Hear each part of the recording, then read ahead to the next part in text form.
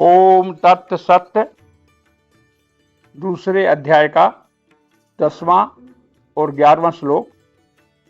यहां भगवान कह रहे हैं, प्रजापति ब्रह्मा जी ने सृष्टि के आदि काल में कर्तव्य कर्मों के विधान सहित प्रजा मनुष्य आदि की रचना करके उनसे प्रधानतया मनुष्यों से कहा कि तुम लोग इस कर्तव्य के द्वारा सबकी वृद्धि करो और यह कर्तव्य कर्म रूप यज्ञ तुम लोगों को कर्तव्य पालन की आवश्यक सामग्री प्रदान करने वाला हो।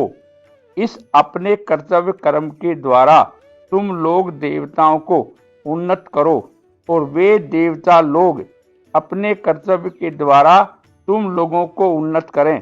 इस प्रकार एक दूसरे को उन्नत करते हुए तुम लोग परम कल्याण को प्राप्त हो जाओगे।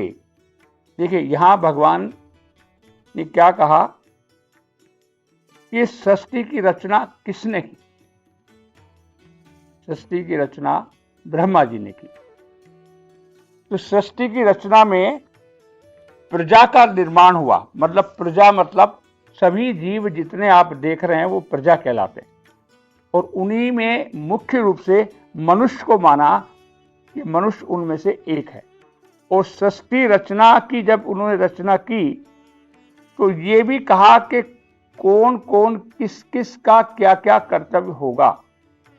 प्रत्येक व्यक्ति अपने अपने कर्तव्य को करे, प्रत्येक जीव अपने अपने कर्तव्य का काम कर रहा है। इस पूरी सृष्टि में आप देखेंगे तो सभी सृष्टि में रचे गए हैं वो सभी अपना अपना काम कर रहे हैं। जैसे पेड़, तो पेड़ को देखेंगे तो पेड़ अपना काम कर रहा है, फल दे रहा है, छाया दे रहा है।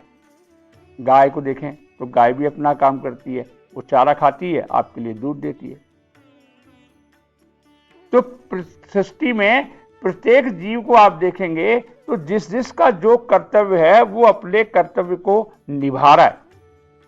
भगवान यहां ये कहना चाह रहे हैं कि जो कर्म योग का जो आधार है वो मेरे से पहले, मतलब मेरे से द्वारा जो मेरी सृष्टि रचना की गई है ब्रह्मा जी के द्वारा, उस सृष्टि रचना में भी उस कर्म योग का महत्व बताया गया और उस कर्म योग को समझाया गया कि प्रत्येक व्यक्ति, प्रत्येक सृष्टि का जीव अपने अपने कर्तव्य को निष्काम भाव से कर रहा है। जैसे पेड़, हाँ, अब इसमें क्या बात है कि देख पेड़ तो अपना काम करेगा, लेकिन उस पेड़ पर पानी देना, खाद देना, ये आपका कर्तव्य है। अब आपका कर्तव्य उसका पूरा होने से वो अपना कर्तव्य पूरा करेगा। क्यों? क्योंकि जैसे ही उसमें आप खाद देंगे, पानी देंगे, सब चीजें देंगे तो फसल अच्छी आएगी।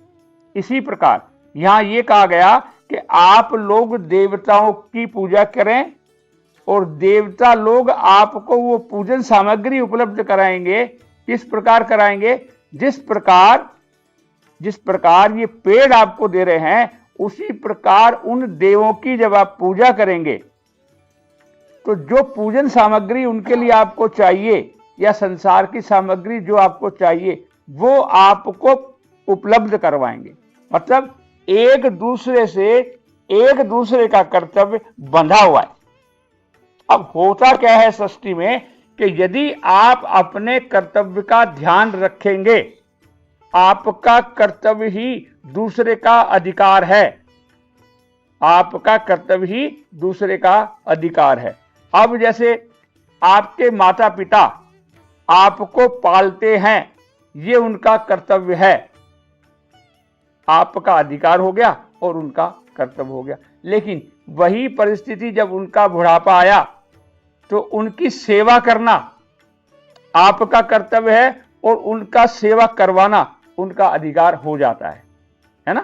तो क्या बताया यहां पर इन्होंने कि निष्काम भाव से प्रत्येक जीव को अपना अपना कर्तव्य करना चाहिए। और ये परंपरा आज की नहीं है, ये परंपरा सृष्टि की रचना जब की गई थी उसी वक्त से ये रचना प्रजापति की तरफ से बनाई हुई है।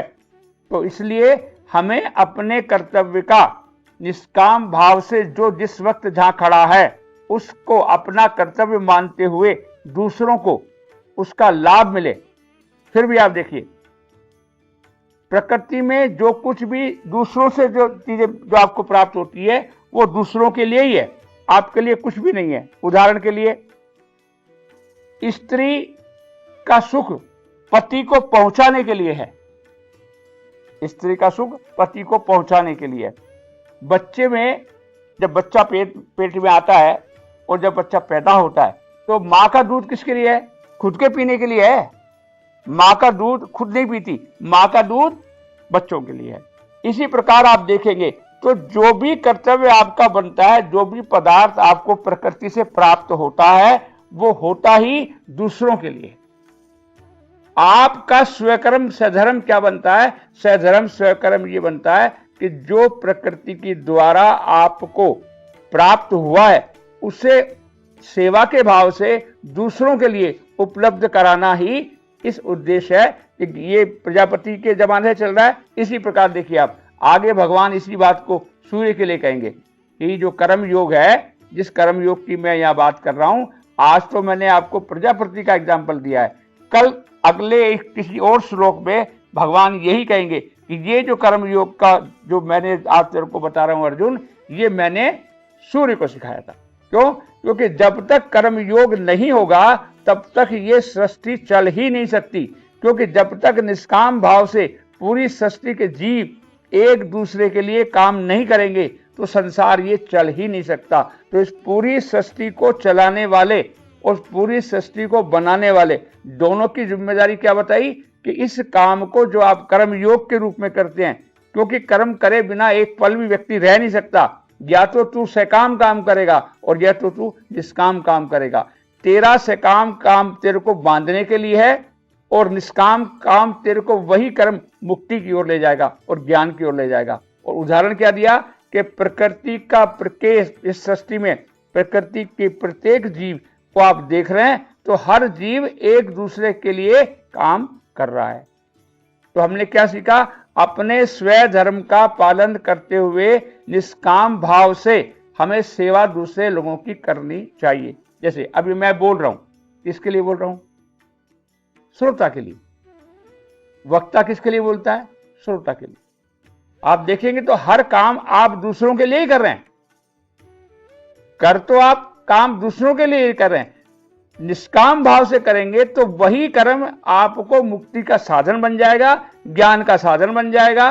और वही कर्म जब आप सकाम भाव से निष्काम भाव से न करके सकाम भाव से करेंगे तो वही कर्म आपके लिए बंधन का कारण बन जाएगा। तो यहां प्रजापति ब्रह्मा जी का उदाहरण इसलिए दिया कि प्रजापति ने ही इस सृष्टि का निर्माण किया और ये कर्म योग की विद्या सृष्टि के सभी जीवों के साथ उन्होंने पैदा की जब उन्होंने सृष्टि की रचना की।